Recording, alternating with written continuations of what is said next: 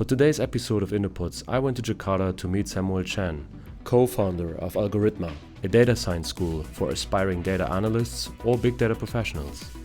I met Sam back in 2014 in Singapore, where he was running a game publishing company called Hypergrowth, which he sold before moving on to Jakarta. From the Malaysian wilderness and against all odds, this hyper-driven man went from zero to unsung hero, a story so fascinating it should be an example to any entrepreneur out there. His dedication, commitment and focus are awe-inspiring. I would like to apologize for the poor audio quality in advance. I am still learning and in the process of getting used to the equipment. Now without further ado, let's get started. Today is podcast number 3 with Sam from Algorithma School in Jakarta. And very different guest, different location. We are based here in central Jakarta, in, what is the building called? Rasuna site in Kuningan. Oh, okay, Rasuna site. Okay, but this building is? Menara Kadin. Menara Kadin, yeah, okay, cool. Well, so this is one of your places, one of your locations for Right. Algorithma. Yes. And then there's one more or two more? There's one more in Menara State Chapter. It's not too far away from here. You can get there by foot in 10 minutes. Just walk all the way. Yeah, you can get there. You can get it by foot. It's not that far from me. Nice. Yeah. Okay, cool. So now you are originally, where were you born? Where are you from? What is your background story? So I was born in this part of town called Shah Alam. It's not too far away from Klang. It's maybe another 1 or 2 hours from KL, the capital city of Malaysia. So I was born in Shah Alam and studied in there till maybe 11. Grew up in there till 11, and then I moved to KL to get better opportunities. Try and get better job, better opportunities. Stayed in KL for another 6 years, 7 years. Almost completed my high school. Didn't formally graduate from high school. Went to Singapore. So then I spent. So you didn't graduate, you know? No, not formally. Not You're formally. I was. And this is middle school, mind you. This is 18 years old, right? So I was supposed to complete my formal education at 18. And the way it was done was, you studied from January to October, and then you attended graduation. So I didn't do any of that. I left school in January, I think February, and I went to Singapore. So I went to Singapore and I wanted to sort of establish myself there, build a life there, right? Sort of. I mean, this is. Growing up in Shah Alam, you can see why you aspire to go to Singapore. You want to make better wages, better salary, you want to have a better life for yourself. So you went to Singapore with nothing in your pockets? With almost nothing in my pocket, yeah. Just went there and tried to pay off my tuition as well. Tried to pay off I was trying to get a... So the story about how I actually went to Singapore was when I was 17, 18-ish, close to graduation timeline, I was about to be in the market to look for a university, right? Then talk to my mom, talk to my parents about that. We crossed out a lot of options because we just cannot financially afford that. So we come from this pretty, I won't say I was in poverty or anything like that, but we did grow up with a lot of financial struggles. So especially not being in KL, and especially having my mom and my dad separating at the time. They formally divorced 1 year after. But growing up, I don't see my dad a lot. Maybe 3 times my whole life. Oh, yep, okay. 3 times my whole life. So he don't even live with the family, right? Well, we have something in common. So had a lot of financial struggles. So by the time I wanted to pursue a higher education, I was looking for an option where I could get at least partially funded, ideally wholly funded, so that I don't have to pay a cent from my pocket. But around 17, 18-ish, by the time I'm supposed to complete high school, I got an offer to go to Singapore to study, and it was also partially covered with subsidies. Well, there was a grant or something. So I thought, it's a good option. I have to go. But I didn't complete my middle school yet, my high school yet. So what do? I just go, right? So I packed my bags and stuff, and I went to Singapore. And I was supposed to study there for another 3 years. But while trying to pursue a higher education, I also had things like concerns like having to pay off my living expenses. So then I started doing all kind of jobs. I was doing web development, web apps, design, programming, any kind of things I can touch. I was working like 3 to 4 jobs per day, every single day, right? So doing all kind of things.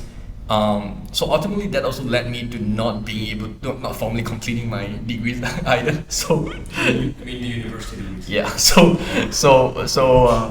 around Around 2011, 2012 was when I formally stepped into the workplace. Got my first working visa. Today I'm a PR, I pay taxes in Singapore, I have my IC in Singapore and stuff, right? But back then, that was like my first, sort of like my, you call it a milestone, you know? So finally got a job, got a good paying job in Singapore. It's my first paycheck. How did that make you feel? That was actually my first paycheck in Singapore, so that feels amazing, because coming from my roots, my background, you know, I still consider myself fairly privileged in a sense, you know, because I have the mental faculties, I have my limbs, you know, I'm healthy, right? I still have a lot of what a lot of people don't, so I still look at that and I'm still very privileged. But I got my first job and I think, okay, this is it, right? You can either climb the ladder now and make it. I mean, it's a matter of time, right? It's a matter of time, 10 years, 20 years. Did you have that drive always in you? This kind of like see the whole journey as some sort of incline, like a ladder?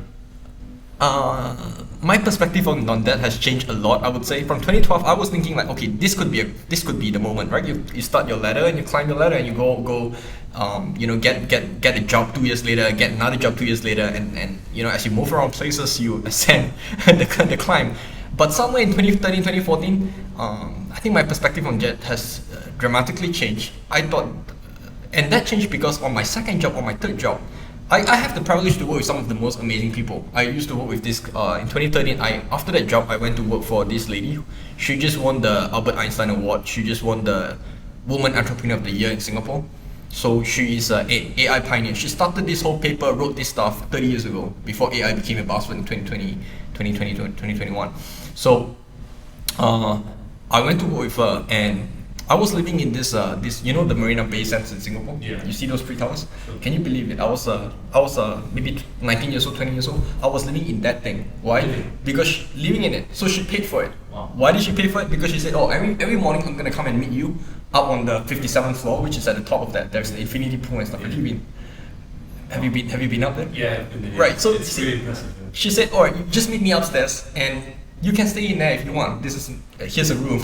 So to her, money is nothing. She drives a sports car around, right? So she's like, "Yeah, just live in there." So you were employed for her, or you were like a partner? I was sort of employed by her. She paid me salary, and she and this is the part where I don't know if I'm gonna actually be sharing too much. She also brought me to this casino. I mean, you're in Marina Bay Sands. There's a casino, so it makes sense. Yeah, so we just go into the casino, and we're looking at all these people gambling, and stuff. In Marina Bay Sands, there's where the commoners are, where people are gambling 10,000, 5,000, 20,000. That's the commoners. Yeah. And then on the 7th floor of Marina Bay Sands, there's this special place called Paiza. You may not heard of it. Those are for the high volume, the high net worth individuals. Those are where it goes into the millions. You have to be gambling in the millions before you make it there. So you sit in there and they brought you everything. This is you gambling, right? And they brought you everything. They have Haagen-Dazs, they have steak. Everything is free. They serve it to you. Everything is free. They just don't want you to lift the table. Yeah. And every hand goes into like 100,000. This is per hand. So you're losing 100,000 in minutes. 100,000 Sing dollar. I'm not joking, you know. So this is 100,000 gone, 100,000 gone. So I guess you witnessed it, not really. I witnessed it, and that changed a lot of my.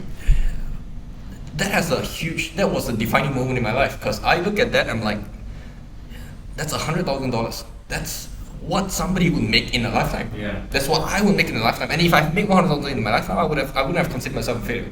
I wouldn't. At the time, I was like, if I make 100,000 in my lifetime, I will not.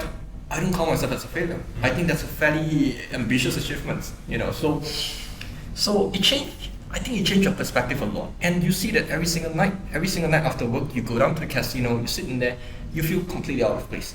I was 19 years old. My food, to give you a perspective, I was eating, I was spending, I was measuring everything I do in my life. I was measuring every expenses. Until today, I keep this habit. So I know how much I spend every single day. In fact, I also measure my time. If you follow me on Facebook, you see how much I track every single minute of my time. So right now, this is clock on my phone. I know exactly how many minutes, how many seconds, how many hours I spend on any single activity, whether it's work, whether it's programming, whether it's social work, any kind of things, right? So I was spending maybe $2 per meal, so $5 per day, $6 per day. That was my total expenses. I have to pay a rent of $500 because I'm alone in there. I have to work 3 to 4 jobs at the same time, just to make ends meet and have no savings. And here I'm looking at people gambling away 100,000, 200,000 in one hand in a few minutes. So what did that impress you or disgust you? I wouldn't say disgust was the word for it, but it was closer to it than impressed. It changes your perspective. It causes you to internalize a lot of things.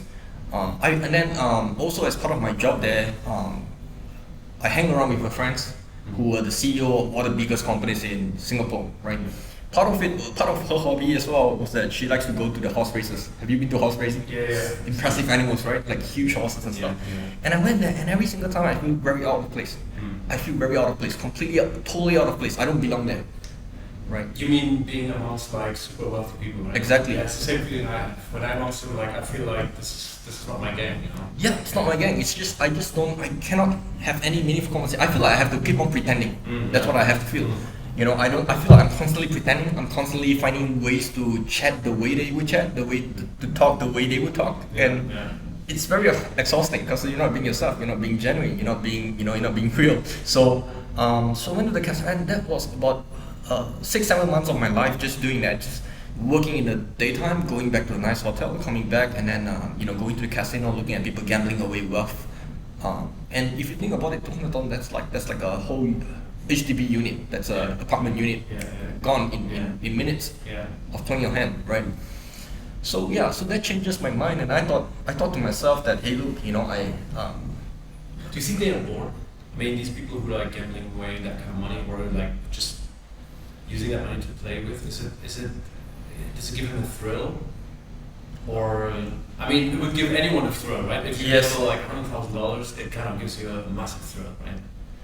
Yeah, I think there is a way you can look at it and sympathize with them. Maybe there is a word to feel. Maybe they know. I mean, who likes losing money, right? But why can't you stop that, right? Maybe there's a thrill to be had, like you said. I hope I never find out because I don't want to be in a position to find out what it looks like to lose 100,000, 200,000. It would look very bad on the expense tracker. But I've never stepped into a casino since then. I can tell you that, right? That was 19 till now. I'm 30 years old. I'm 31 in 17 days. And I've never stepped into a casino or gambling or that I have, it never tempted me. Whether it's a football match, soccer, horse races, casino, never tempted me.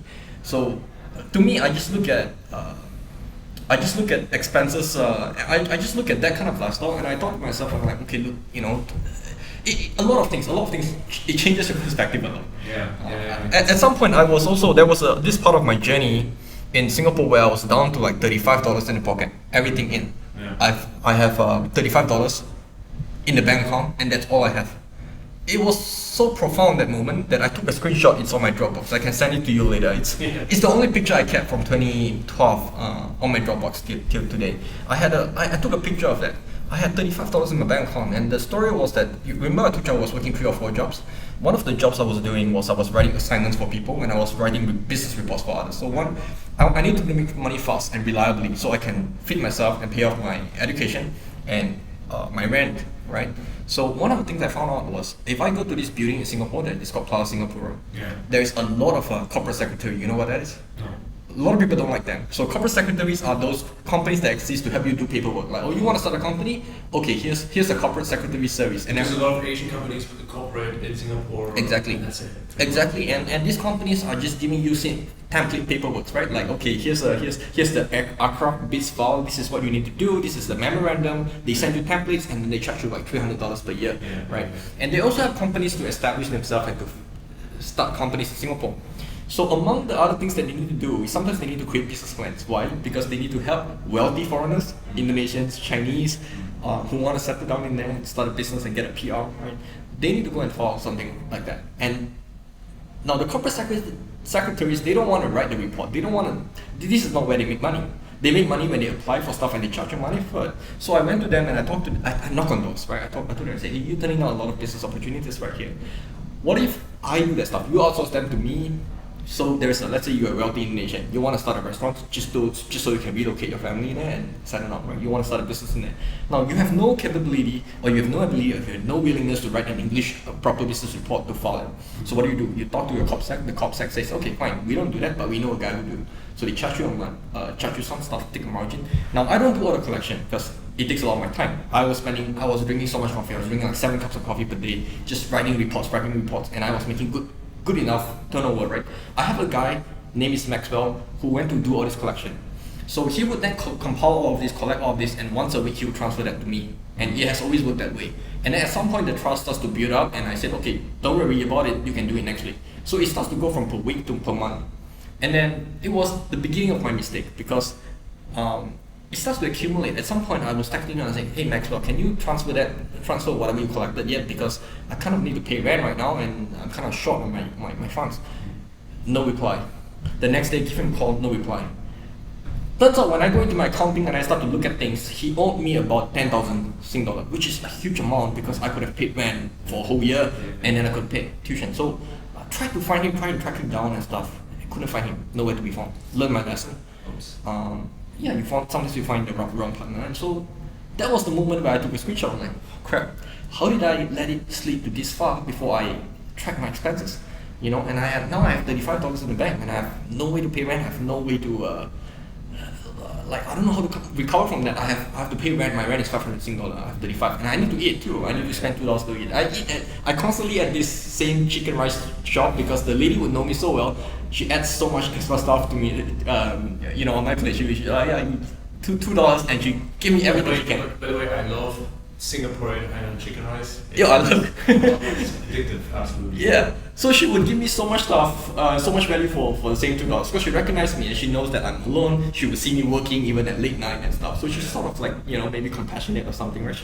So she was really nice to me, and so moral of the story, I trusted I learned my lesson a little bit late. Yeah. And at a time where I can't afford to make the kind of mistakes all the time, because I desperately need the money. It's not like, I'm not in the state that I am in right now. Yeah. So took a screenshot of that, and I told myself, okay, fine, we're gonna recover from this. But if this doesn't scare you, if this doesn't kill you, then nothing will. Because if you can go down to 35 and make it back up, then you sort of test where your comfort zone is, in a sense. Yeah. It's a story of resilience as well, because it teaches you a lot of things, So instead of sitting by the roadside and sobbing, and you can sit at the roadside in Singapore because it's clean and hygiene, you sit there and you're really just thinking about, what did this just happen? And you keep calling him and you keep trying, try every means, find him, track him on social media, email, everything, and you couldn't. Yeah, so wasn't his real name actually? It was his real name, Maxwell. It's his name. And then at the end, I think Ju, Ju. did you get hold of the funds? No, I did not. I don't know where he went. That was his real name, by the way. So couldn't get him. But taught me a lesson of resilience, and it also, I think, that shapes my later decisions. When I told you, when I'm gonna go into my story of I came to Indonesia and stuff, a lot of times you will see Sam, you make some really risky move, really illogical, really irrational move, and that is probably why I'm very comfortable with risk now. Yeah. I operate at a level where I'm so comfortable with risk. I'm so comfortable with losing everything and going down and starting, because I just sort of approach it from that mentality now. It's just like, hey, look, remember that time? Do you think that, let's call it the Maxwell incident, if that hadn't happened, you wouldn't be here right now? I mean, I'm not 100% sure if I would be here right now, but it plays a part. Yeah. But I also felt like a lot of things play a part, because I told you I was writing business reports. So I get so good at writing. I track my writing. I know I can produce about 500 words of business report. So let's say you want to start a restaurant. You're a wealthy Indonesian, you want to start a restaurant from there. I know how to gather all the facts, put them together in a cohesive report, send it out and make sure it gets approved, all within a span of 24 hours. Why? Because I can produce 500 words in 7 hours. And I would do my work up to 8 a.m. in the morning, and I would sleep for 3 hours. And I would get so tired of doing this, right? So every night I'm so sleep deprived. How I cope with sleep deprivation, coffee, but if coffee doesn't solve it anymore, I go and get a shower. I do a shower not because I feel dirty, not because I needed the shower, but I need to stay awake. Took the shower, took a cold shower, 3 a.m. in the morning, stay awake, go back in there, write more. Till your brain hurts, and then you go and get some shower again, you come back in there, you write like that. But the way that that is actually pretty good training for me later on, because when I started out with data science, I need to produce 144 hours of course materials. So we have the entire 10 series of content, right? We have programming for data science, practical statistics, data visualization, interactive plotting, regression models, classification 1, classification 2, unsupervised learning, time series and forecasting. neural networks. These are all the modules. These are all the modules, and every module is like a massive 4 hours content. And to produce 144 hours of content, you need to put in maybe 1,000 hours of writing, because there's a lot of editing, there's a lot of researching, there's a lot of making sure the graph looks good. There's so much writing going on, and I'm doing all of this alone. And people don't think they can do that alone. Was that the beginning, shortly after you moved over here? Or? Yeah, that was 2017. I moved into Indonesia in 2015. But that was good training. I'm saying like maybe if the Maxwell incident hadn't happened, having not happened, the training that I got from writing so much allows me to write and produce content at an incredible rate. I'm trying to pick the positive here. I'm a hustle, the glass half full kind of guy, right? So trying to pick the positive is that yes, that's pretty gruesome, very grueling work right there. Having to work like that and sleep for 3 hours per day, just doing 4 jobs at the same time. And I was also like teaching English and math at the same time, doing all kind of other jobs. But that has served pretty good foundations for later on when who would have thought like, okay, 7 years later you will be working a job where you need to be constantly producing written content. So you were basically in Singapore so the first stage was being employed, and then at some point you went to self-employed, right? And that was with Happy Growth? Yes. That was your own baby? So that was when I first started like I started the business in 2006 as well, so that was when I was 16. 16 was the legal age where you can actually drive a car in Malaysia. 16 years old was when was at the age where you can start a private limited company. So I started a company in 2006 as well. It didn't go very far, but we did manage to sell it off in 2009, took some money, a little bit of it, go to Singapore and sort of fund my initial lifestyle costs and that. But Hypergrowth was my first real sort of startup where that happened after my company, my employer, went IPO. So when in 2013 I just happened to work at a company called Gumi Asia. So they were making a lot of games. Among the games they were making, one of the games was called Brave Frontier. So Brave Frontier, for the readers who have not heard of, and if you still play Brave Frontier, you look at the credit screen, you'll see my name in there. We were on this. When I joined this game studio, we have a team of 20 people.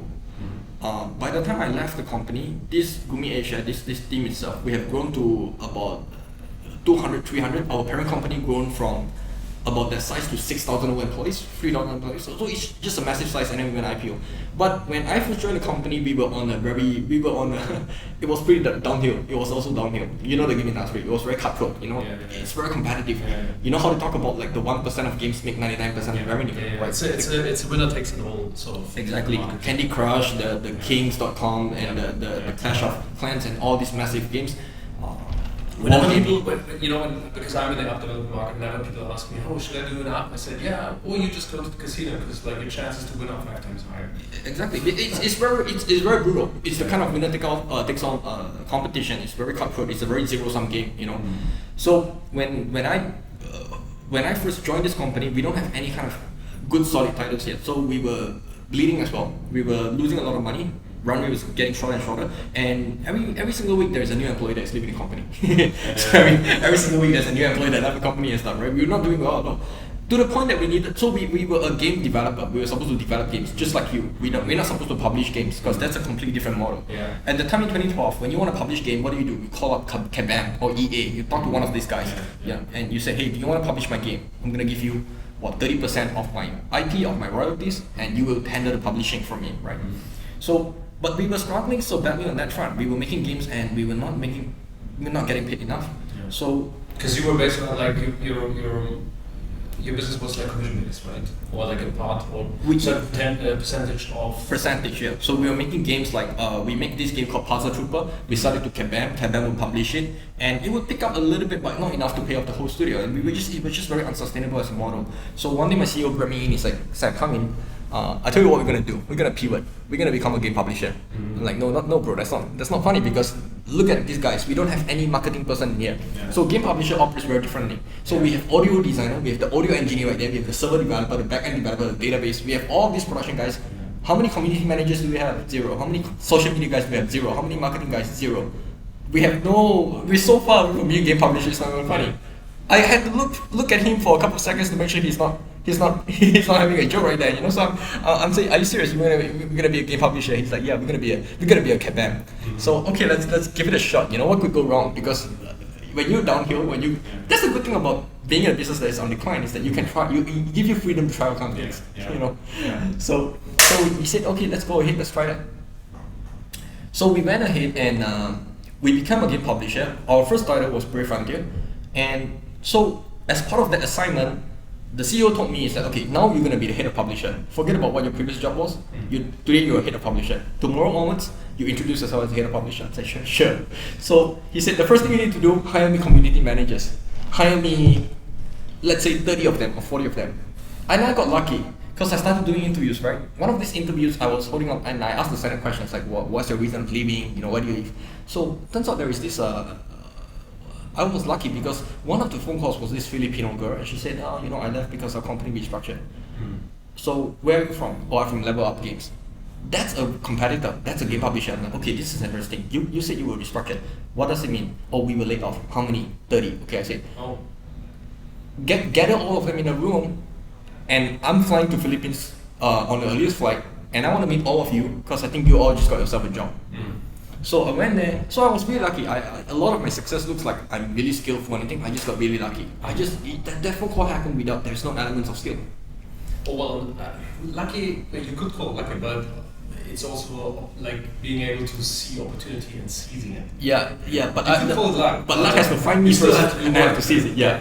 So when the Philippines, long story short, I hired 30 of them. And this is the crazy thing. Remember, she left from Level Up, right? Yeah. So we need an office space to accommodate them. Where do we find? We find in the same building, a few stories below Level Up. So, so now it's awkward because everyone just keep bumping into each other.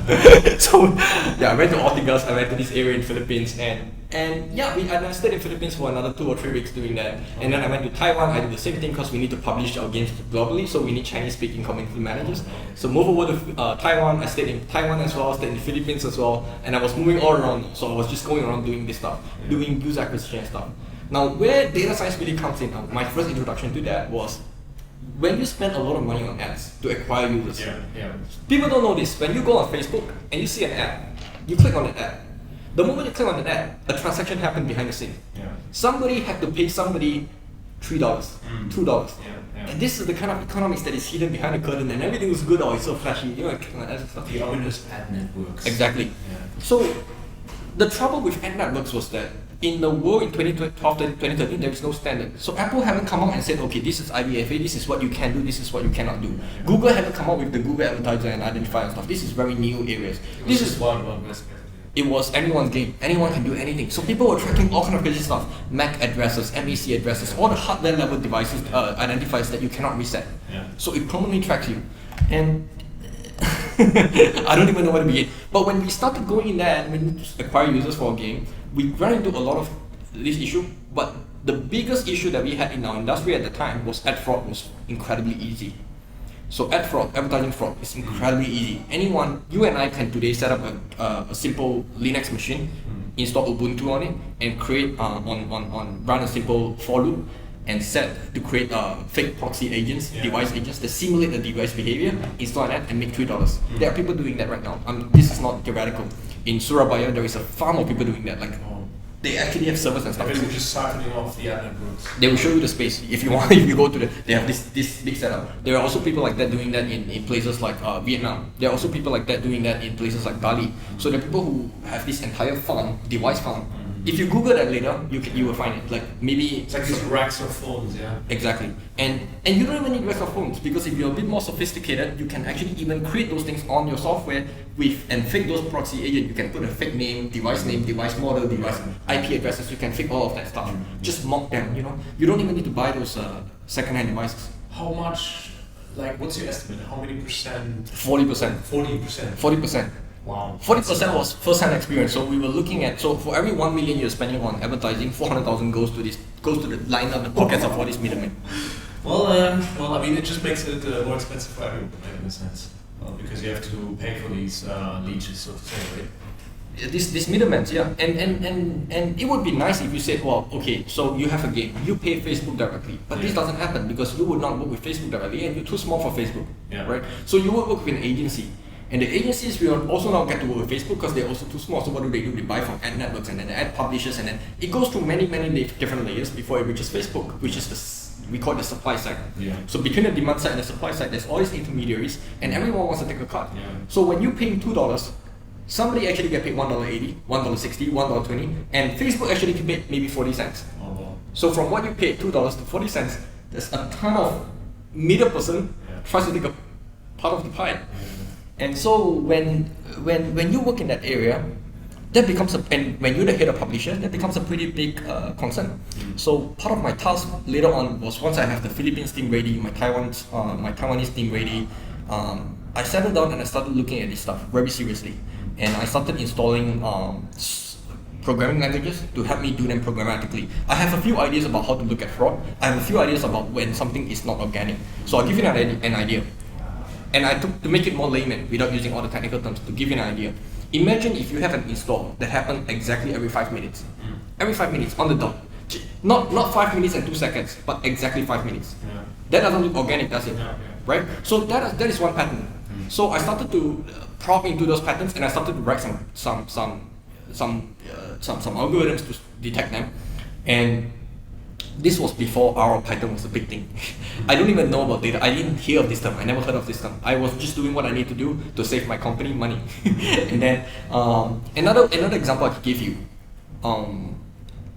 Imagine you have 10,000 installs over the weekend, and maybe 8,000 of them happen from this small hotspot in somewhere in Starbucks in Bandung. Yeah. That doesn't look organic either, does it? Right? Yeah. How can out of 10,000 installs, 8,000 of them happen?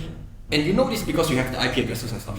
So I got very good at spotting that. I sort of built up my niche expertise in that area, and it's a good niche to have because company pays you a lot of money to solve that problem. Yeah. Because you're still in a company 40% of the whatever they spend on advertising, so it's very justifiable. Yeah. You know, so it's a good niche to have. That was my introduction to dealing with data of that scale, of that size, and I didn't know it was going to be a career. I would have been surprised if you told me that in 2013 and 8 years later you're going to be teaching and stuff. I would be surprised. I never knew data science would be an industry on its own. You know, all I knew was that I need to solve a problem, and I need to find the right tools to solve the problem. I can write languages, I can write programming languages. By the time I'm really coding, but I'm not coding in R, so I sort of have to learn that and have to do it. But it's all good dividends that pay off. Tell our audience what is R. It's a programming language.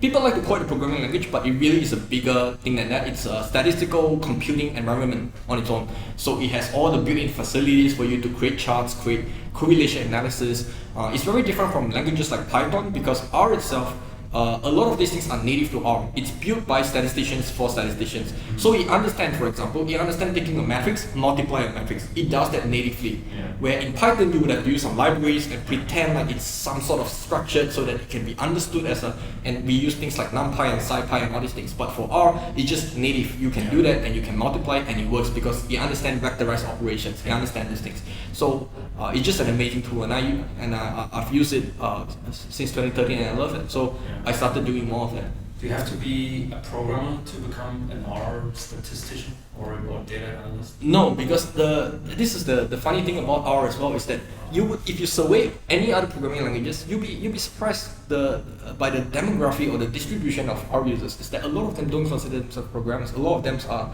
maybe credit risk analysts.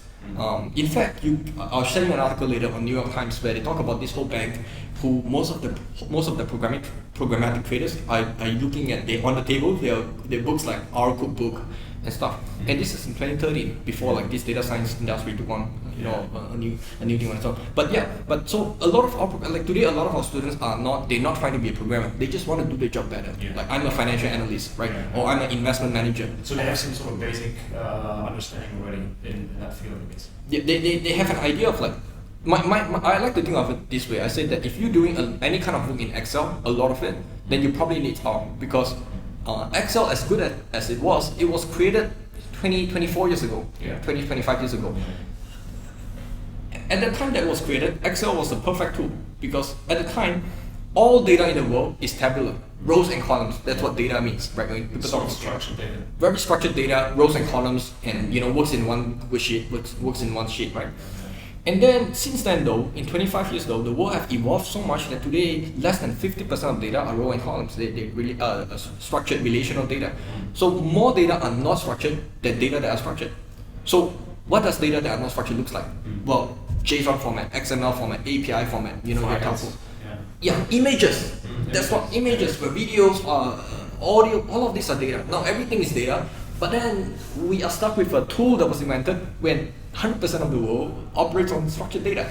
So it's just grossly inadequate for the job, right? So we're coming at an intersection where this is a very exciting time, because 20 years ago, if I would told you, I said, look around you, right around us right now. If I would have told you that 20 years later, that everyone, no matter what job you do, you're going to be using spreadsheets, you would laugh at me. 20 years ago, you'd be saying, no chance that it's going to happen, because 20 years ago, you'd be like, people in Wall Street use that stuff, but why do this is Microsoft 97 time, right? You're like, 95. Why, you're using Netscape, I was using Netscape. I'm like, why do we need to use Excel? But then, we fast forward like 15 years later, and sure enough, we look around, it doesn't matter what you do, marketing manager, Excel, right? Financial analyst, Excel. Influencer, Excel. HR manager, Excel. Operation analyst, Excel. CEO, Excel. Any job. I run my company on Google Sheets. On Google Sheets. It doesn't even matter what you do, you operate in spreadsheets. But 20 years ago, you would have thought that was unthinkable. And I think we're at the intersection now where I look at programming the same way. There are a few moments where it really solidified my thinking, because I was interviewing this guy. Remember, I was working as a head of publisher, so I was hiring marketing managers and stuff, right? And then later on, I left and I stayed in China for about 8 months, and I stayed in Japan as well. And I was interviewing other people. I was as a consultant. So one of the interviews that I had, I remember this moment very clearly, because this guy walks in there. I want to apply for the marketing manager role. I said, cool. On your CV, let's take a look at the CV. You mentioned about like doing a bit of like, you launch a campaign on Twitter and then you measure the success of it. Can you elaborate on this point? He's like, well, look, what I did was I measured the sentiment of people reacting to my ads, and I sort of compiled that, and that was my job. I'm like, okay, no, I need the details. What do you mean by measuring the sentiment analysis? What do you mean by that? Oh, so I run some simple scripts and I collect that on Twitter. I take all the tweets, I put them together, and I sort of plot the curve. Now this is a guy who is using R, doing sentiment analysis, doing all of this work. Never occurred to him to want to apply for a data science job. He just likes doing marketing. But he knows that in order to perform at his best and to really to use all the tools at his disposal, he picks up programming just so he can do that one thing. He doesn't reinvent himself and become a data scientist. He's just a happy marketing manager, right? So that was a moment where you're looking at people competing for that kind of role now. You thought about, marketing managers, I'm gonna go in for the job. Now you're competing with people who actually have that kind of skills, and this is getting very, very, very commonplace now. And especially in the field of finance and banking, a lot of times you go and I'm a banker. I don't consider myself anything apart from banker, and I do program a lot. I run some algorithms. I do this, I do that. Same thing for traders. Same things for credit risk analysts. Same things for political analysts. All of these are data science skills, but a political analyst doesn't walk up to you and like, I consider myself a data scientist. No, he just a political analyst. He look at how you campaign. He look at campaign spending. He correlate that with popularity. He do all of this work using R and Python. So I think it's gonna become more and more commonplace. I think people will realize it's like a candle in the dark, right? Suddenly you see the world in a much more in a different light, at the same time in a more clearer way, right? Because the human mind can't really process data in the sense that big data. We can only process what we hear, smell, or see, right? Yeah. So, but when it comes to that kind of stuff, that goes very quickly into the realm of imagination, right? But then the computer or the algorithm looks into it, and suddenly it finds patterns or structures that you just can't imagine. Now it's like, oh, interesting. So maybe we should, rather than run a campaign over there, we should just move into the market over here, because that's so much easier and cheaper, right? Yeah. So opportunities, like discovering opportunities, not just to save money, but actually to venture into new fields with your business. So that's my understanding of big data. Yeah, you're absolutely right. I think the whole idea of taking thinking and actually outsourcing that, or actually finding ways to represent that thinking, that's an idea that comes all the way back. You trace it all the way back to Richard Feynman, the famous physicist, right? And what he said was he do his thinking on paper. And there was an interview where he said, I do my thinking on paper, and the journalist was trying to correct him. He's like, so you mean you do the thinking and then you write it out on paper? He's like, no, I don't do my thinking and write the paper. My working is on the paper. Like, that's how I do my work. My thinking happens on the paper, right? I don't think of it and then I write it down. So I think what he's trying to express there was this notion of taking something that is too much for the brain capacity and taking it and having an external representation of that. And I think that's what data science allows us to do when we create charts like that, right? For example, I told you about the vaccine effectiveness, or I'm trying to give you all this data in row and column, and I tell you that, okay, this is the entire provinces in Indonesia. There's 10 million rows in there. How do you visualize that? How do you understand that? You can't comprehend that. It's 10 million rows and columns of nonsense to you because there's just way too much for the brain to process. So what do? What we do is we take the 10 million rows of data and find ways to represent it. And we do that in two forms. One, visual representation. The other one, formula, mathematical representation. Now the first one is representation, visual representation, and we call it data visualization. So what it means is that, okay, you cannot make sense of 10 million rows. But if I take them and I put them in a nice map, Indonesian map, and I show you by color, right, red, green, now all of a sudden you can make sense of that. Why?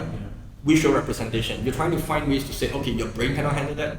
No worries. We'll take that. We find new ways to represent the same data, but in a way that your brain can intuitively pick up important information and say, okay, Jakarta Barat, and we're in trouble right now, or like this vaccine is having, this. So that's kind of what we're trying to do, is take all that data and try to manifest them and try to put them in ways that human can appreciate and action upon. In the end, what data scientists and those designers have in common is that we are trying to communicate. We're trying to tell a story. The more you can compact into a story, the more powerful the idea becomes. Because it's the old adage says that the picture is more powerful than 1,000 words or something like that, right? So what we're trying to do when we come up with visualizations like that is that it has to tell a story, it has to spring an action, it has to inspire some sort of action. So when I show you the graph, what am I trying to convey in there? There better be a message. If there is no reason why you would use a graph like that, don't use the graph like that. Don't do it because it's okay, that's the convenient choice of visualization. Don't do that. If you want to put a bubble graph and you want to show the population based on the bubble size, so Europe, USA, Indonesia, China, if you want to do that for a reason. Why use a bubble? Why can't you do the same thing in the bar chart? You could also show the population in the bar chart. Why is a bubble a more convenient way of communicating a story, right? So it's all about communication. It's all about trying to sell a story. People buy, and there are a few people who do that really well. And nowadays, this is also a form of data journalism. If you look at BBC, you look at The Economist, they are really good at that. You just do a Google search like Economist graph. You look at all the graphs they created. They are very powerful because they tell you so much things that you need to know. Rather than reading a whole article, a picture condenses all of the information. I look at that and I'm like, wow, like one of the very powerful pictures about let's say aviation accidents. People always think that aviation. We look at from 1973 to now, aviation accidents in terms of trafficking or bombing, or any of this stuff, the casualty has gone down crazily rapidly, even though the number of people who are flying has already arrived and exceeded more than double of that. So this is all communicated in one single picture. There is no written words or anything, but they just lay off this line and it lays off the column, and it puts them in such a compact form that you look at it and you understand it, and it's very convincing.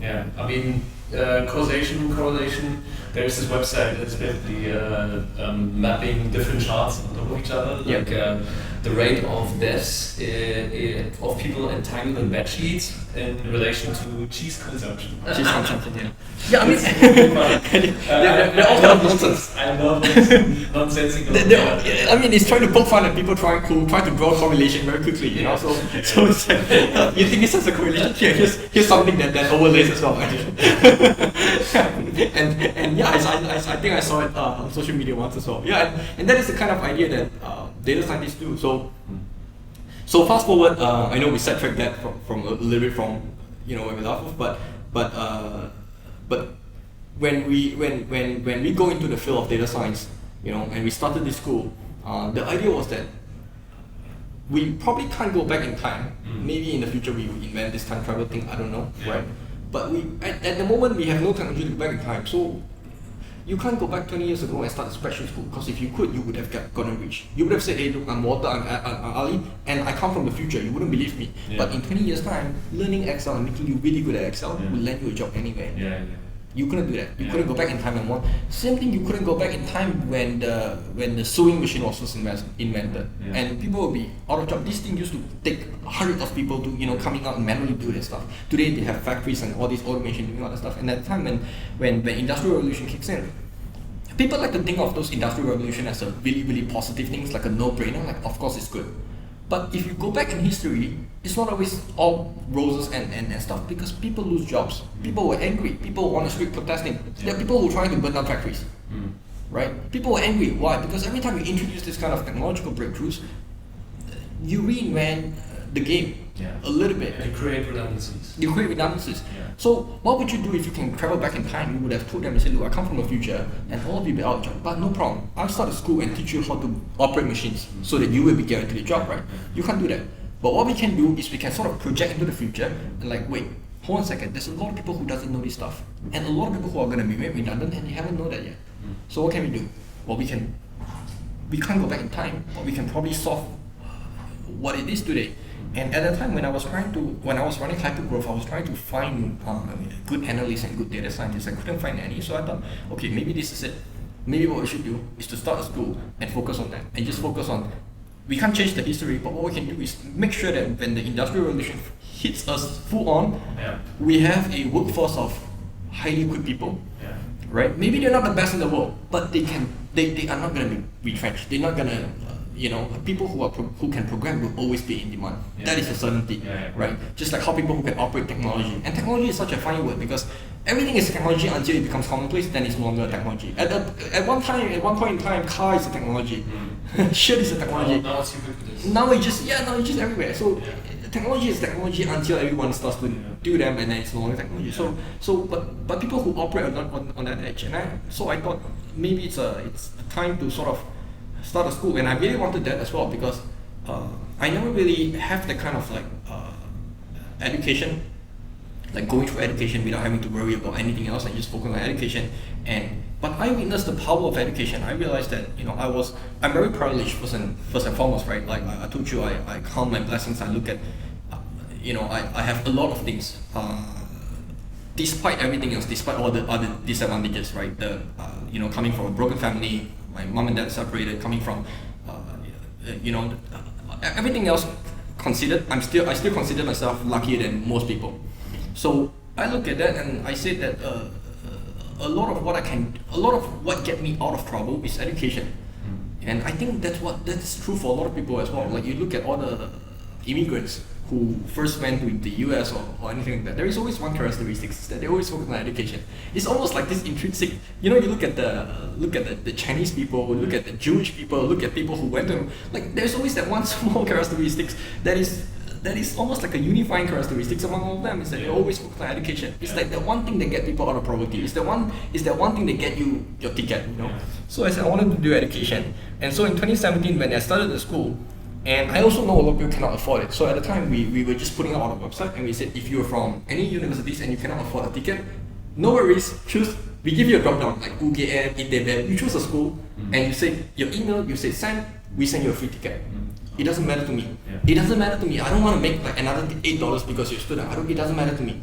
To me, it's nothing. So we started putting that out there. And this is the funny thing. I have no idea how to market something. I've never really been really good at sales myself. I've always been a more technical person. I think still true today. I'm very bad at sales. I'm hopeless at sales, right?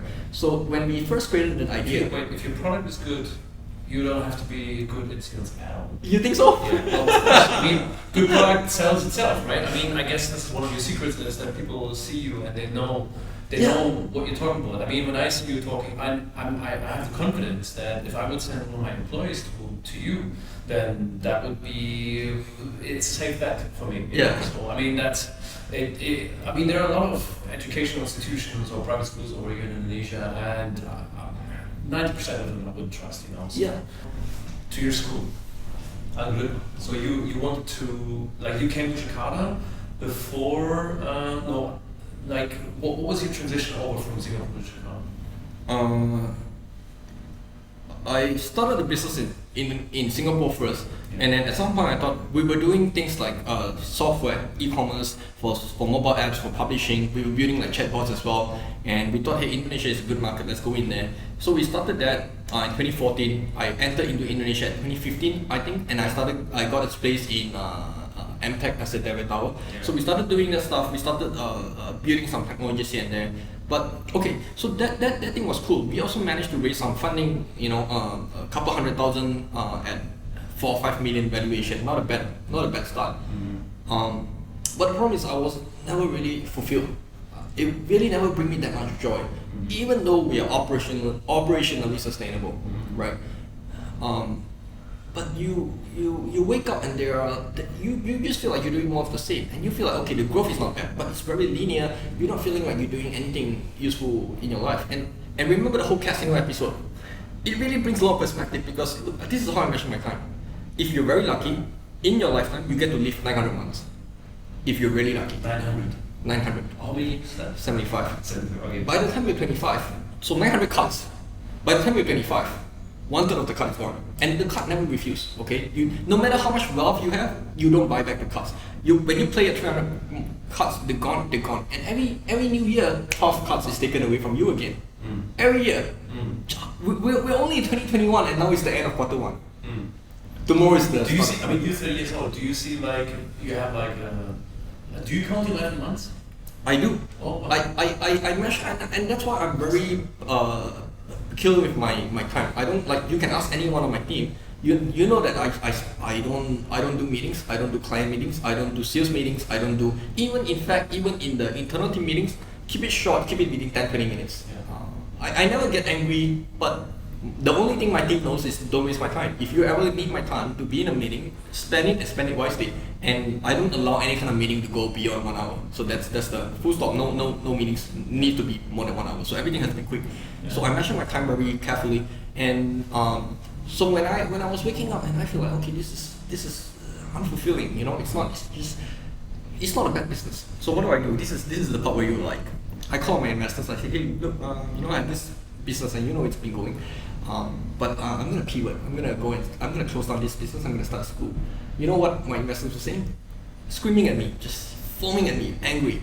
I had an investor who was so angry at me, who just wouldn't let it go. Midnight texted me and said, Sam, please do not do this, because we invested in you, right? We put money in you. We wanted you to succeed. And don't, what? Okay, tell me, okay, let's say I'm open-minded. Tell me what is your next idea? Oh, I'm gonna start a school.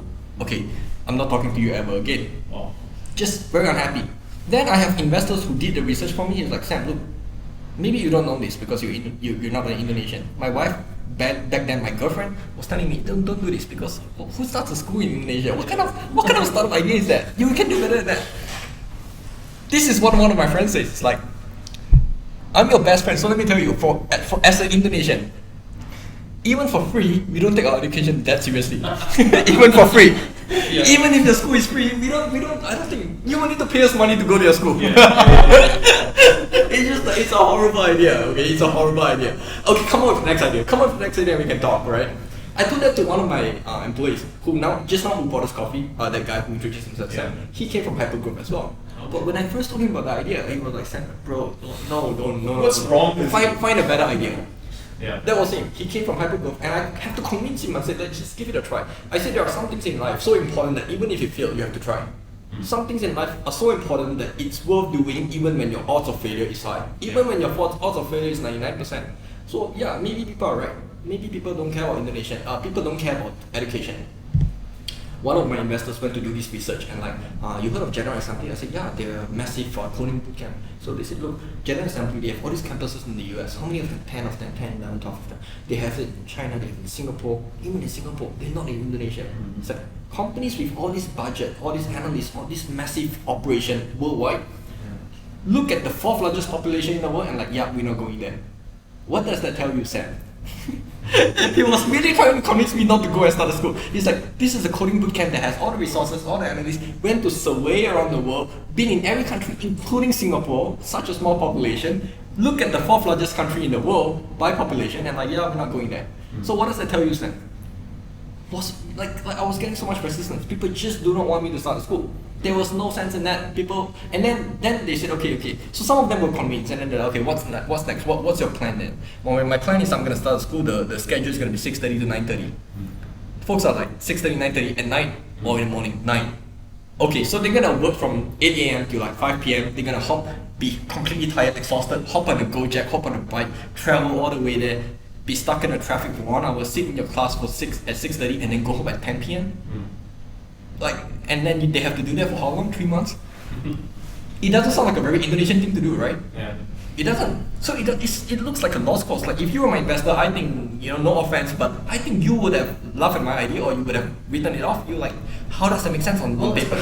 Especially if your current business that you're currently running is a sort of cash cow and it's which is fine. Right? I mean, hypergrowth was at some point. It wasn't doing badly at all. It wasn't like we badly needed a pivot or something, right? It was really okay.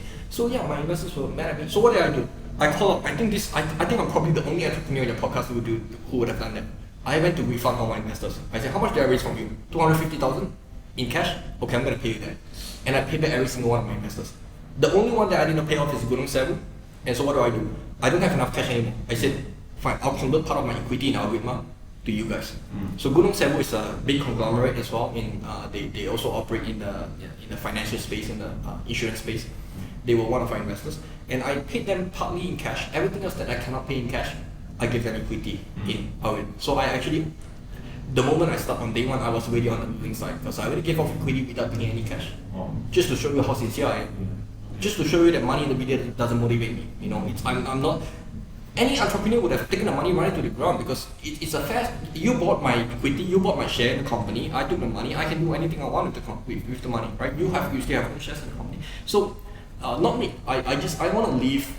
I want to leave knowing that I have always like my integrity is in check. That I do the honest thing. Doesn't matter if it's the right thing or the wrong thing. I do the honest thing. I do the morally right thing. Do your previous investors still run hypergrowth? Is that still existing? No, not anymore. Absorbed. But yeah, but I do have my. Gunung Sewu is now a big supporter of us. He came to my office with me. He was like so concerned, like the guy who was running it. Right now it's not him anymore. He left Gunung Sewu group and now it's a different finance manager. But he came to my office. He sat down with me. Like, are you very serious about doing this? Because it doesn't make sense. It's like startups have to fight so hard to even have a chance of survival, and you know that because you started a lot of startups as well yourself. So to be somewhere and then close it down. And then do another thing and roll the dice again. It doesn't make sense. Yeah. So he's like, Sam, are you sure you're doing this? And so he wasn't very keen on that. But at least he didn't give me a very hard time. But he wasn't very keen on it. But now it works out. And in 2017 we started that stuff. We tried to be very generous. We're like, look, if you cannot afford a ticket, just call me. I'll give you a ticket. Don't worry about the fee. And we do that. And until today, we preserve that culture. Dude, every single year, we give out so much scholarship. Every year. And people think scholarship is free for you guys anyway, because this is a classroom, there's an instructor in front, and express it doesn't cost anything. It's not true, because to have these guys sitting in here, we don't just give our students that space and that's it. We provide a lot of like one-on-one mentorship. We have to pay for the salary. We also provide dinner. Every single dinner for 3 months, lunch, whatever that is. These are all extra expenses that are not just. They have a wrong idea of like, oh, but you're a boot camp, so scholarship is free for you and doesn't add cost. It adds a lot of cost. So we do that even though it's not financially, any company who follows the whole capitalism, this doesn't make sense. Yeah. We don't care about that. We don't care if it makes sense. We just want to do things that feels right in our hearts, and that's the right thing to do. And I feel like if you're underprivileged, you cannot afford that, then come in. Yeah. And so, but I can tell you this though. That was hard. That was a difficult part of my life because I had to struggle. You have so much self-doubt, especially when your investors who trusted you so much now call on the phone and yell at you and just really unhappy with you. You have a lot of self-doubt. You grow up with that kind of tension. Every morning you wake up like, oh man, I'm gonna do this dive, but you feel so alone because no one is on your side. Everyone, even including your girlfriend, like, really, are you like?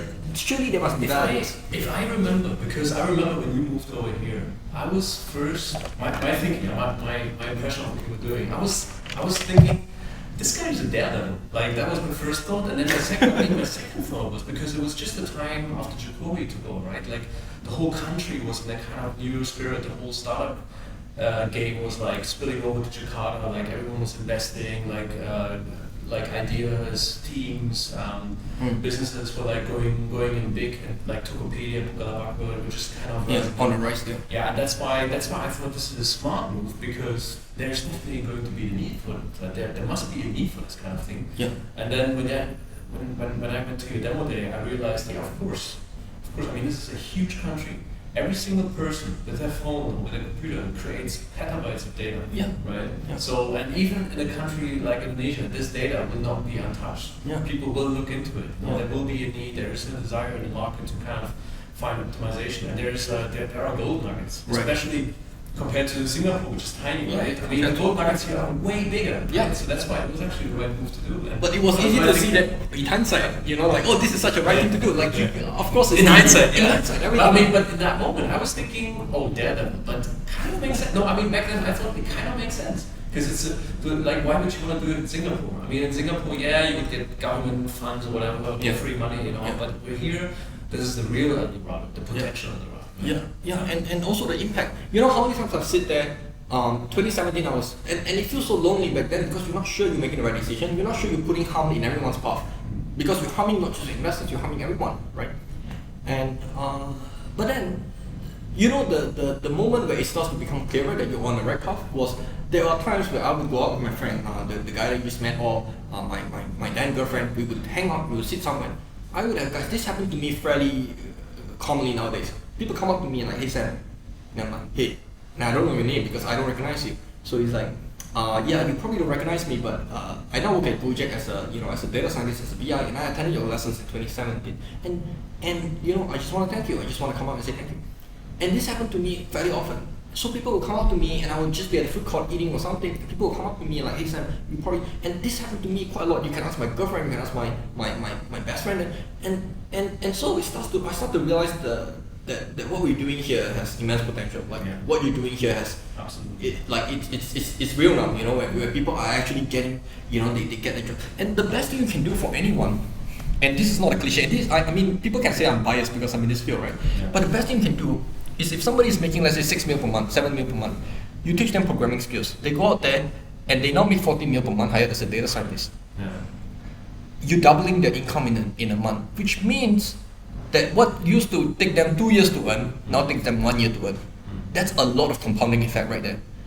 So and in a sense, you're basically enabling people to get better jobs, get better quality of life. To move up. Socially, right? I mean, the same story that happened to you in a kind of single instance. Yeah. You're not kind of spreading it out, which is great. I mean, it's adorable almost, like it's great. It's fantastic. Yeah, and now this guy also gets to provide better for his family. He gets to provide better for his next generation. Yeah. He gets to end the curse of generational poverty. You know how they talk about when your father and mom is poor, you're so poor, you grow up being so poor, you don't worry about anything else, and you focus on survival skills. And those survival skills doesn't serve you well later on in your life. So this is they call it the generational thing. Is that it's very hard to get out of poverty. Like my mom was so poor her whole life. She also didn't complete high school and stuff. At 17, 18, she had to go and work in nightclubs and stuff. That's how she met my dad. My dad was selling drugs, went into prison. He came out of prison again. He had tattoo everywhere around him. He had tattoo from the top all the way down to his hand, all the way down to the bottom, front and back. So he could never go to my school because our school wouldn't allow that. So he would have to wear all the way fully clothed like that because he was in gangs and stuff as well, and he was selling drugs and ecstasy and all of this stuff. So I grew up from that kind of that's why I said when I saw people gambling with 100,000, I thought that if I make 100,000 in my life, I wouldn't consider myself a failure because I did not go to jail. I kept myself clean, the whole time. Yeah. So, but I did pick up some bad habits as well. I started smoking at 16 and stuff. I started, it's hard to not smoke here. Going to internet cafes and stuff, like wasting my life as well. I went through that phase of like not having a care in my life because just don't have proper guidance. Yeah. So now if you change somebody's life for the better, you don't just touch one life. You touch 3 lives at least. Yeah. His kids are going to be directly benefiting from it because he now can provide better, give better education. He understands the importance of education because it changed his life. He wants the same thing for his kids. His co-worker is going to see that and want to do better as well. So this has a very strong network effect. Yeah. You just need to focus on doing your thing and focus on who you serve, your customers, and you really just need to love your customers, and that's all. Everything else would happen. And I think one of the key ideas about doing this at scale is that people don't think they like education or don't think they like to learn programming or mathematics because I'm not even sure I should be saying this on the record, but because as a generation, as a society, we are so bad at teaching math. So bad. We find the most dispassionate, the opposite of passion. We put those people in schools. Lecturers who have maybe 55 years old, right? Never a day work in the industry, never understood what's going on, sitting in there teaching you and then hoping to just go back and get his coffee break. Yeah. He doesn't care about you. And you're sitting in there hoping to learn good algebra from this guy. You're hoping to learn some calculus. You're hoping to learn, and this guy really trying to teach you, and you don't understand that. You don't understand that. he's not going to do his best. He doesn't have a vested interest in making sure that you later on get a job. He doesn't care.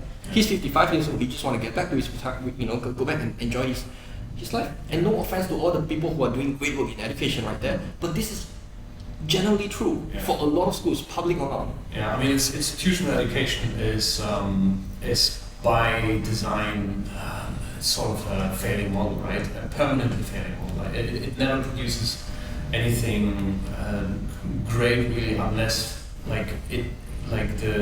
the way it's done or the way it's kind of nurtured is really tailoring to society's needs and how people learn. Like for example, the Swedish model. If you look at like the Scandinavian countries, you learn what you want. You pick up. You do your own learning in your head, right? It's not stuffing it down your throat. Yeah, you experiment. Yeah. That's part of the fun of learning. You experiment. You put things together and see how they work. Yeah. Right, and we don't allow that. Like the way we do education is that we these are also monotone, and there is no connection between what they teach and what the industry needs. Yeah. So that's also a big disconnect. And so you're looking at that. You're looking at trigonometry, for example, sine, cosine, tangent. You're thinking, in my life, when would I ever need to sit in any kind of solving this triangle of sine, cosine, tangent? When would I ever need that stuff anymore? Yeah. No, you're doing that why? Because you have an exam coming on next week. Yeah. That's not real learning. Yeah, because like when the content or the material that students like have to absorb in institutions and like schools, like plain schools, that has been developed like 20, 30, 50, 60 or 100 years ago. From a textbook? Yeah. It was written by somebody who's not so how do you want to change that from the bottom up? You know, how can you as a teacher tell your your minister like, hey, what we do here is nonsense. Like when you do that, especially here in this kind of region, you lose your job, right? Yeah. It's like you can't really rebel over it. So you just go, I have my job. I just teach whatever the book is like. And we don't pay them enough too. That's the problem. Yeah. We don't pay them enough. On top of it, so, and so they're not that incentivized as well because we're not. I mean, already my job is miserable. I just want to go back to my wife. My wife nags at me all the time. I'm just coming in the morning drive here, and I'm really hoping for pension already, and I'm sitting in here teaching to a bunch of kids who doesn't want to listen to me. Like you think about that, and I don't even get paid enough. So what is your suggestion? What can be done? For example, here in Jakarta, in Indonesia, that's in Jakarta. What can be done to make this better, to improve education? So I guess lecture at a lot of universities, and that's why I don't want to say this, because when I say that, and I say this quite publicly as well to some of my lecturer friends, because I guess lecture in a lot of these universities, even in ITB a couple of times, UI. So every time I sit in there and I talk to these professors, they know that it's a very honest assessment, right? But how would you change that? Because they need to graduate, and they need to show high graduation rate to continue to get funding. Now, people are going to come in there, you're going to hope that they pass the test. What universities have been doing lately was that they are trying to introduce this industry component by sending you on the job, trying to get you to go and intern at some other companies and stuff like that. But then again, internship as well is a very broken system. Yeah. I know that because I do a lot of internship, and I always talk to my interns, and my interns told me like, you're probably the only company that actually gives us real internship, because every other internship would make you use the photocopy machine, or make some coffee for the bosses when they walk in and stuff. You're not doing anything real. Nobody actually trusts you with anything real. It's a very broken system. You feel like you're wasting 3 years of your life. Just going through the whole education, going through the internship, come out and you don't have a skill. You don't have anything you can market. So I think that there is a lot of but the flip side of that is that this is a good opportunity as well. Because why? Because when we do good internship, what I now realize is I'm doing this internship for 3 of my guys right now in Prasetya Mulia. It's a university in Basel. And we do it so well that Prasetya Mulia emailed me and give me first-hand access to all the best interns right now. They actually do that. Like I'm saying this on record because they actually do that. They send an email to me. Hey, some of our guys are gonna go on the job learning and stuff. They call it a co-op program. So we're sending this to you first, because you guys, you as an employer get great feedback from the students, because we treat them very seriously. We take them, we really bring them to clients. We talk to them, we try and build up confidence and stuff like that. So it's also an opportunity. When everyone is doing the wrong thing, you do the right thing. It's an opportunity. Yeah. So it's not always a bad thing. Sometimes we see opportunities in that. So when we keep doing the right thing, we become the only one who can do that, and I take advantage of that. I take full advantage of that. I say, okay, send me your best guys. I'm going to bring them in, going to train them, going to develop them, but I'm also going to make them an asset in our company. And hopefully by the time they're done with that, they will want to work in our company. Yeah. Right. So yeah, that's kind of what we do, and it's just a very there's a lot of negative around the education scene, but the positive that you can pick out is what I do know is that a lot of what folks say they have been proven false about Indonesians not liking this is the people in here, and I come from, I spent 8 years in Singapore, so I tend to like to compare things, even just instinctively. So when I see the learning desire of Indonesians and I compare that to Singaporeans, you won't see a better comparison. It's so stark of a comparison. Here you have people who are, some of them took a loan. A lot of them took a loan, right, just to be able to afford the school fees. Study for 6 months, 3 months. Why? In the hope that at the end of the 3 months program, they get a better job and all of the investment paid off. You don't get that kind of things in Singapore anymore. Why? Because we created such an easy entry to education, and we created all kind of benefits and all kind of incentives. You have never heard a Singaporean who went on to study anything without being 90% funded by the government. And I say this because me myself, I am also eligible for this funding. And we also done training where it's 90% or 95% funded by the government. So whatever it is that you pay for it, you only pay 5% of the full cost fee. The government is going to pay for the rest. This doesn't happen in Indonesia. This is where you have to take responsibility of the full cost fee, hoping that you will put enough effort into it, get the job, and then return investment on that stuff. And people are doing that. I met this guy who was one of my students. He almost brought me to tears. I was teaching this class, and then at the end of that, I came up to him. He has a full white hair, so you can guess his age. Very old, right? This dude here.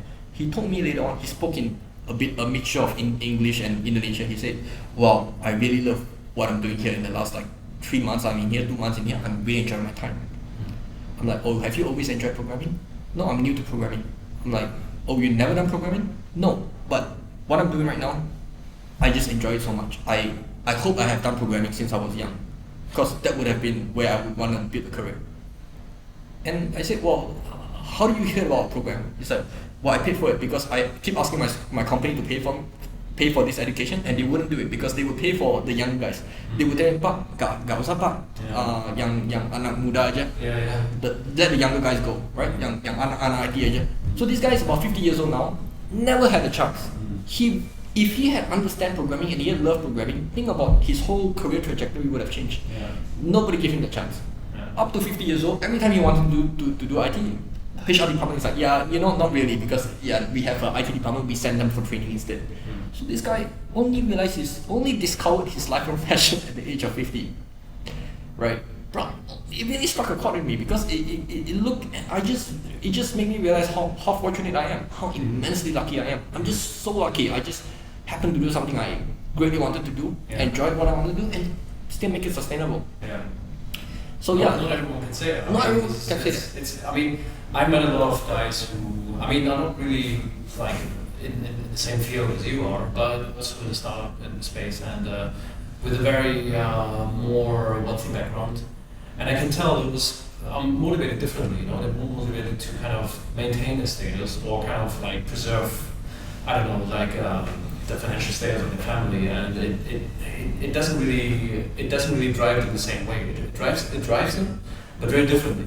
So in that sense, you could tell, Indonesia is moving upwards, right? And that is a very different sort of motivation, very different sort of extrinsic motivation. That's kind of creating then in return an intrinsic motivation in people who do want to learn, because they realize social mobility comes with education. There is almost no other way. Unless you get lucky with it. But it's the most proven way. It's the most risk-free way of moving upwards. Is to get education. And I think everyone realized that. That's why I talk about the immigration. You look at what they do. Almost no matter what country you're from. No matter if you look at the Jewish during the prosecution. You look at the Chinese. You look at the Americans. You look at the people who move over to America and try almost exclusively in every school that you measure, the immigration group in any universities are almost always the one that perform the best in academics. You look at that in Harvard, you look at that in MIT. The Chinese, the Indians, the foreigners, the immigration, is that they somehow have there is a strong desire to pursue education as a path as a ticket to social mobility. It kind of motivates or drives a certain a certain portion of the population, right? It does not drive everyone. I would say it's a sort of minority, right? So ultimately, in an ideal country, you try to reach as many as you can, as you possibly can, right? So I guess Indonesia at this point is still on the verge of kind of moving higher education or kind of pushing higher education more into a broader populace, because ultimately, even Indonesia will become a knowledge-based sort of society. So any society will kind of evolve into a knowledge-based society at some point. You know? There's almost no way around it, you know? Unless you do want to keep your folks in I don't know in a run shack, you know? And you can't do this forever. You know? I mean, we can all see kind of like development, which comes with its own problems, right? So there's no straight path forward out of this, right? But it's a very interesting and fascinating field. And so before we wrap this all up, I just want to ask you, what is next? What is coming? Is Algorithma your destiny, or is there something new in the making? Like I see it as a. So I see it right now, like the next let's say 5 years, what am I gonna be focusing on doing, right? So right now we're producing all of these talents, producing all of these people who are getting jobs, getting these skills. And I see it as almost like a factory, an assembly, where you have a factory producing all of these talents. My next destination is to sort of build a pod where I can ship these talents out. So imagine if I talk to you about top of mind. I said, if you think about manufacturing, what is the first country that springs to mind? China. If I talk about, for example, outsourcing to English-speaking customer support, Philippines. If I think about IT support, India, right? There are some of these top of mind countries, and I feel like when you get that kind of branding, it's a very powerful idea. It has big GDP shifting implications, right? And what I want to do in the next 5-10 years is I want to focus on making Indonesia that top of mind when you think about getting cheap, good, accessible data talents. Okay, we have this image we need to clean up, computer vision image. Where can we outsource this to? An American boss, for example, or maybe Indonesia, because they're known for that, they're fast. Just like how you think about Philippines just now, just like how you think about China. So top of mind. Like Jakarta or Indonesia to be like a data analyst. The density, the talent density is higher than any other population, so they can offer it at a rate that is lower, but the quality or the service, it meets a certain required standard, right? So when you can get to that point, then it becomes the first choice when people think about, okay, I have this messy data, I need to clean it out a little bit. I don't want to find Americans to do that because it costs me too much. Well, who can I outsource that to? You wouldn't think about India first, you wouldn't think about Philippines first. I want you to think about Indonesia first. Let's make Indonesia the data analyst sort of paradise. Yeah, and so to go to spots. Yeah, so the way to accomplish that is you need to increase the density. And so I told my team internally, our KPI is, I don't really care about sales. If you ask me today, if you ask me on the podcast right now and you say, what is your sales actually? Can you talk about that? I don't know. It's not because I cannot reveal those numbers, it's just I really don't know. I'm so disconnected from the finances. Feels like, and that shows you how lucky I am, because when is the last time I talked to a co-founder or the founder of a startup who doesn't have any idea what that is? I know I have a 40 people on my account, I know we're operationally sustainable, but I have no idea what is our runway, I have no idea any of this stuff. I know that it's running, and I know I have very competent people handling that stuff. I have my finance manager, my CFO, my CMO. So when you wanna how do you get this population? How do you make Indonesia top of mind? My internal KPI to them is I don't care about all the financial balance sheets and stuff like that. I care about this thing. How many R and Python installation are we putting out per month? And I want to be the biggest contributor in Indonesia. I want to make sure we install the most copies. So every single workshop we have 200 people sign up. Everyone install Python, everyone install R, run a bit of code. Okay, here's the stock. Let's take a look at the stock market over the last 6 months. How does it look like? Right? Okay, let's run a simple moving average over that. How does it look like? It doesn't matter to me that after the workshop you get a certificate and you don't do anything anymore. It doesn't matter to me. What matters to me is that you did install Python, you have the introduction. At some point in your career, you may come back to it. It's not up to me now, right? It's in your hands now. But I did my job. I did my job of what? Of installing Python on your computer, installing R on your computer. And that's what I care for. Every single workshop I do, I focus on that metrics. How many R installation have I installed today? And I just want to grow the number. All of these are open source tools. None of this stuff we get paid for. All of these are open source. These are free technologies, but people need to know how to use them. Well, actually, that what you just said is very interesting because it might now. Do you think the ground is not fertile enough to maybe kick off businesses like services to countries around the world where you provide data analysts or data consolidation services where people just restructure unstructured data or do data analytics on whatever the clients need help with? I think the branding needs to happen. I feel like the infrastructure is there, but the branding needs to happen because there are still a lot of stereotypes around that. You talk to any American friends, you say, "Oh, you want to hire some Indonesian data analysts?" They're like, "Wait, do they even speak English? Are they reliable?" Like, people have a very wrong concept, a very big misconception about what Indonesian talents looks like. They're not comfortable the way that they are. Chinese manufacturing. It's not the same level, right? So there needs to be a lot of branding. And my strategy to that is, I just started a company as well, deep in the pandemic because there are so many people losing jobs. So I told them, I said, if you lose a job, you don't have any jobs, come and work with me. I'll bring you clients, I'll mentor you, and then I'll give you the revenue. Okay. So far, I operate on a 0% commission. So every in data science. So I operate on a 0 commission fee. So my team, basically, you can't work for me, come work with me.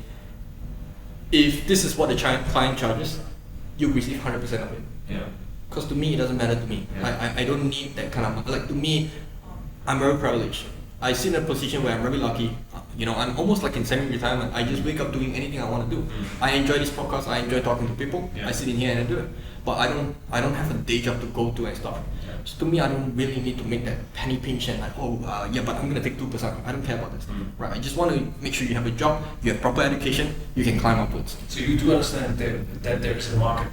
Yeah. And there's demand. Yeah. And building up the supply over here would be the next logical step. Yeah. But there are certain what are the limitations? Let's say an entrepreneur, a young guy from Singapore wants to kick this off. Right. But with a little bit of commission, so he makes some money. Yeah. So what would your advice be for him? I think the branding is the big part. You need to overcome that first. You need to first convince people why they can trust you when you run an operation in Indonesia. Yeah. How they can trust, how can they have a baseline of your quality, of your standards of work, right? So you need to establish that standard. So the way we do that to establish the trust is that we are now building a few projects. Have you done programming yourself? Like Yeah, so you have all of these Python packages, R packages and stuff. So wouldn't it be cool if some of these packages you use are actually maintained by an Indonesian team? You see a proud Indonesian flag in there, right?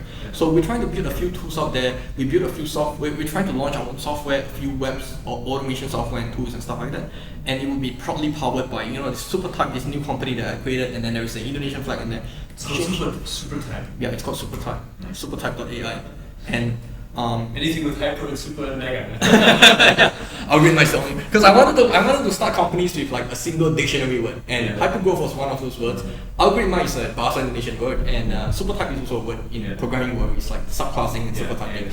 So yeah, we're creating a few tools and stuff. That was kind of my how I answer that. Maybe the entrepreneur that you talk about, you have a different way to answer the question. You do need to answer the question about like how do you convince people that they can trust you. Right? How do you win that trust? And the way I do that is we just have to put our work, we just have to put our quality of work, on our website. If you use this package, you can create this graph, create this chart, but believe it or not, this team is not some San Francisco team, it's not some Silicon Valley team, it's actually this young bunch of people from Indonesia and just have the kind of projects on there, right? And that's how I imagine it. And maybe in 5 years or 4 years time, you see some of these more popular packages and tools and they're built by a team in Indonesia, and that starts to change your mind a bit. Okay, maybe this team is good. Kind of like Polish and developers, right? Poland, they don't actively market themselves as a hub for developers, but they are somehow known as a hub for that. Why is that? Because they do all this work. There are some teams that are, so I think that's like taking the step there. Cultural barrier is definitely an issue. You need to stop living like a Singaporean. The moment you come here, you have to leave that identity. Well, it's a barrier, but at some point it can actually be a blessing if you think about it, right? Once the brand Indonesia becomes a synonym for data analyst or data science, it can work in your favor. Yeah. So I mean, when you move into Indonesia, like that's a practical advice, like the cultural barrier that you need to. Also that cultural barrier. Like as a foreigner who want to come in here, right? You have to understand how you have to understand that a lot of things work very differently. Yeah. You have to be able to, like for me, the moment I came here, I think within a month I was hopping on a Gojek. I was eating 15,000. I was eating at I mean you have to embrace it. You have to get down. You have to embrace it. Yeah, you can't just wanna like, oh, but I also wanna live the German life. I'm all about like, I still want my Oktoberfest. I just want all this nice stuff. But I've never been to the Oktoberfest. But nice stereotyping. Yeah, you can't just have like, oh, I still want my pork knuckles and stuff. You can't have that. You need to you need to sort of make a commitment of like, okay, now I'm gonna live differently. I'm gonna live in like a local. And so when you live like a local, this is pretty good. It's pretty good. Like a lot of things on there. It's obviously not as good as it is in Bandung. I wish I could. I don't know. Maybe it could be I was thinking about Sentul, but also pretty nice place. But yeah, I mean the difference between Jakarta is and Bandung is a little bit more chill, yeah. More chill, yeah, and you have the sceneries, and you just put yourself in a good mood. Yeah. And when you're living in Bandung, it creates that kind of environment where you operate with high creativity and relax. Yeah, Jakarta's different. Jakarta really is a capital. It is like turbo capitalism over here, right? You can really tell. But nevertheless, I mean, it's the same like you said. Like when I came to Indonesia first time in 2010.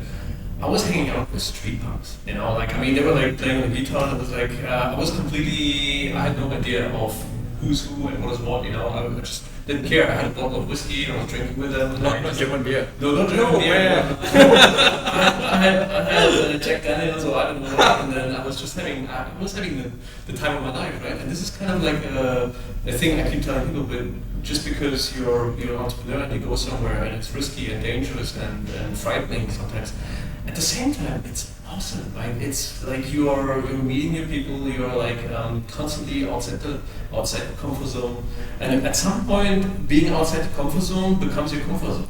Yeah, and it makes you feel more alive. Yeah. I don't coming from Singapore, where everything is so structured, it's so predictable. Yeah. It's almost monotonous. Yeah. You walk into the same cubicle, you wake up, you know exactly how your day is gonna be like. Yeah. In Indonesia, I haven't been here for very long. Compared to you, I was in 2014 till now, so it's only been 7 years. But there was an earthquake that happened like 1.5 years ago. I was living on the 23rd floor of my apartment, so when you live on the 23rd floor, you can really feel it. Yeah, it amplifies further up. Exactly, and I was looking at my mirrors, like I can see the crack that starts to happen.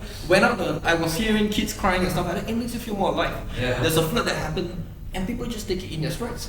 Nobody ever complained. I mean, imagine the same thing happened in Europe or in Singapore. Nobody ever complained. The guy who just bought his coffee, he just bought a car. The flood came, destroyed his car completely. Just recently. Just the flood, the last flood, the big flood in the new year. And he had to pay insurance on that thing because it wasn't covered, because no insurance company want to cover that car for flood insurance because it's Jakarta. Yeah. So he had to pay for that. He just bought a car, and now he has, and people just take it in their strides. It just somehow like you have that kind of spirit where people know about survival. And this is also built in. I enjoy the walk between here to Lotte, because I mean the walk really, because I like to walk by the sideways. Yeah. I look at kids who are out there. I look at the row of Gojek, and Gojek has done an incredible service to the country. Yeah. Look at all these jobs that they provided. And it makes me feel eternally grateful. It really keeps me in check. I just enjoy walking down there.